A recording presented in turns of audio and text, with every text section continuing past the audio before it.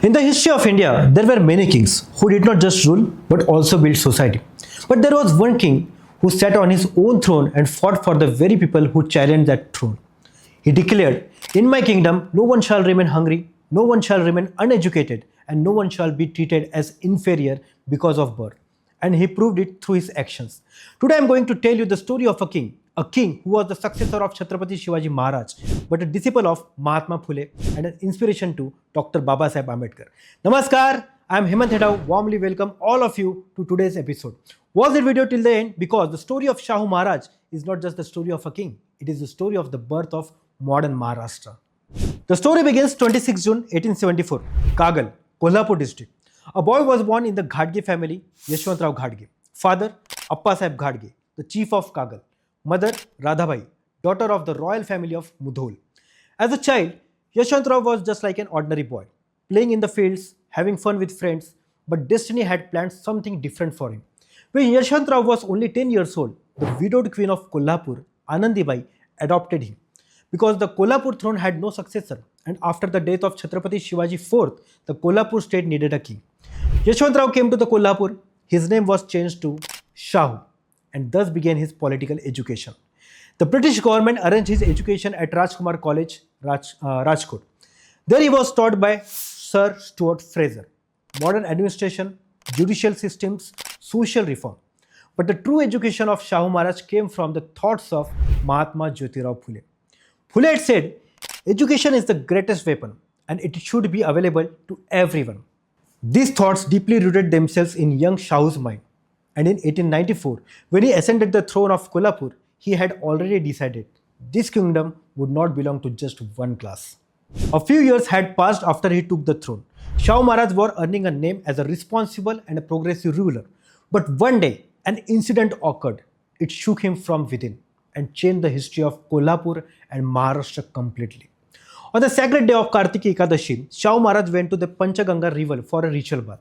As usual, the royal priest was supposed to chant mantras.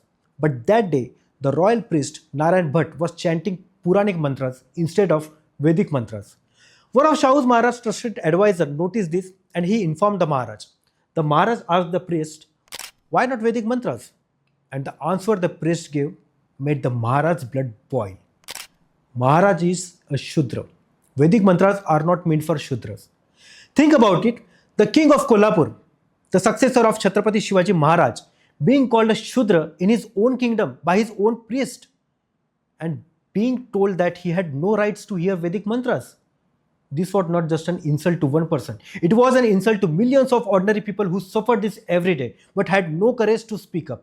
That day, Shahu Maharaj made a decision. He dismissed the royal priest, appointed a Maratha priest as the Kshatriya Jagadguru, and declared, "In my kingdom, no discrimination based on birth shall be tolerated in any religious practice."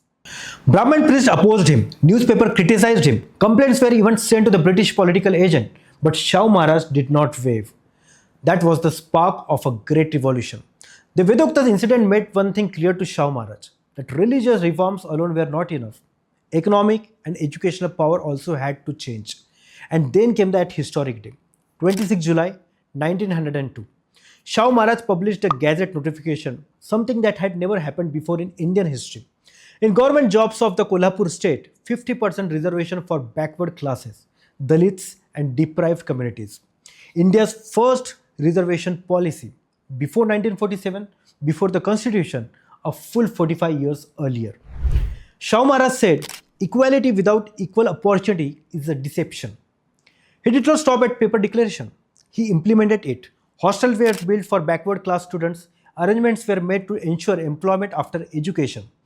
Today, reservation is widely discussed in India, but very few people know the pioneer of this idea was Rajarshi Shahu Maharaj.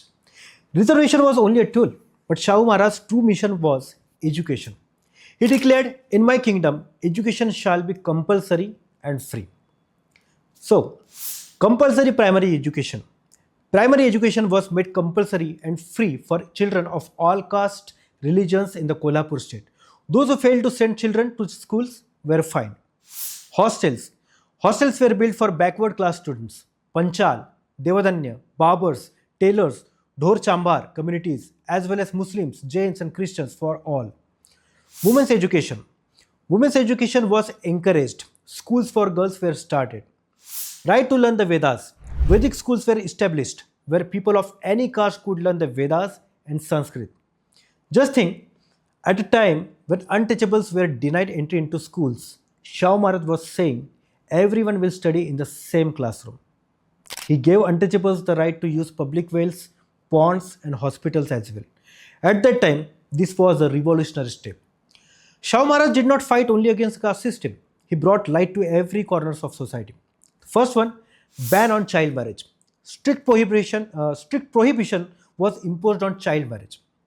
Widow remarriage. Widow remarriage was encouraged. He personally attended ceremonies and gave blessings. Abolition of the Devdasi system. A law was passed against the Devdasi system. Protection of wrestling. Wrestling was his favorite sport. Wrestlers from across the country came to Kolhapur. He patronized wrestlings and Kolhapur became Pandari of wrestling. Religious tolerance. Hostels for Muslims, Jains and Christians. Equal treatment for all. There was no discrimination based on caste or religion in his court. Think about it. For a king to fight on so many fronts at the same time was extraordinary. And while doing so, he faced tremendous opposition as well. But Shah Maharaj used to say, a king who only listens to praise is not a king, but a puppet. Now we come to the most important moment in the life of Shah Maharaj. The year was 1920. A young, brilliant man, educated abroad, determined to fight the caste system, Bhimrao Ramji Ambedkar. He had started a newspaper, Muknaik, the voice of the Dalit community. Shah Maharaj read this newspaper and he made a decision. He personally went to meet Ambedkar.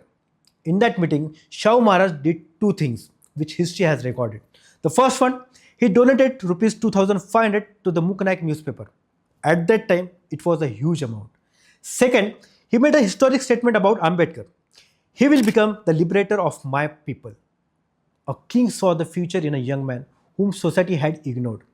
At the Mangaon conference of 1920, Shah Maharaj made Ambedkar sit as the president. A king gave the highest honor to the Dalit leader. It was unprecedented for that time. Today, reservation exists in the Constitution of India. Dr. Ambedkar included it, but the seed of that idea had already been planted by Shah Maharaj in 1902. Time was moving forward. Shah Maharaj's body had begun to weaken, but his spirit till the very end continued fighting for the people. And finally, 6 May 1922, age only 47, Rajarshi Chhatrapati Shah Maharaj did farewell to the world. News of his death spread across Kolhapur, across Maharashtra.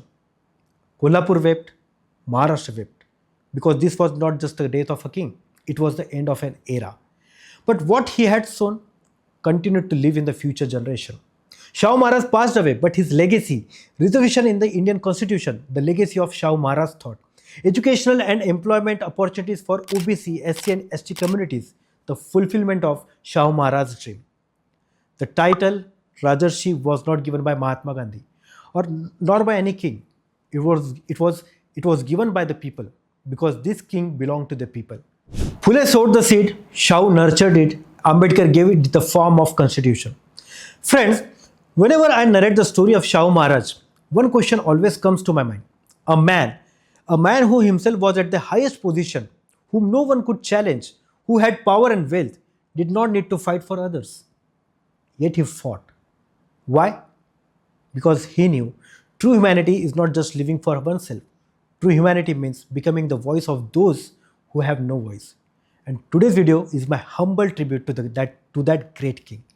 So friends, did you like this video? Tell me in the comments below which reforms of Shah Maharaj inspired you the most. Share this video with every friend of yours because every Maharashtrian, every Indian should know this history. Like, subscribe and press the bell icon. Let's meet again in the next episode. Until then, keep reading because if you read, you will succeed.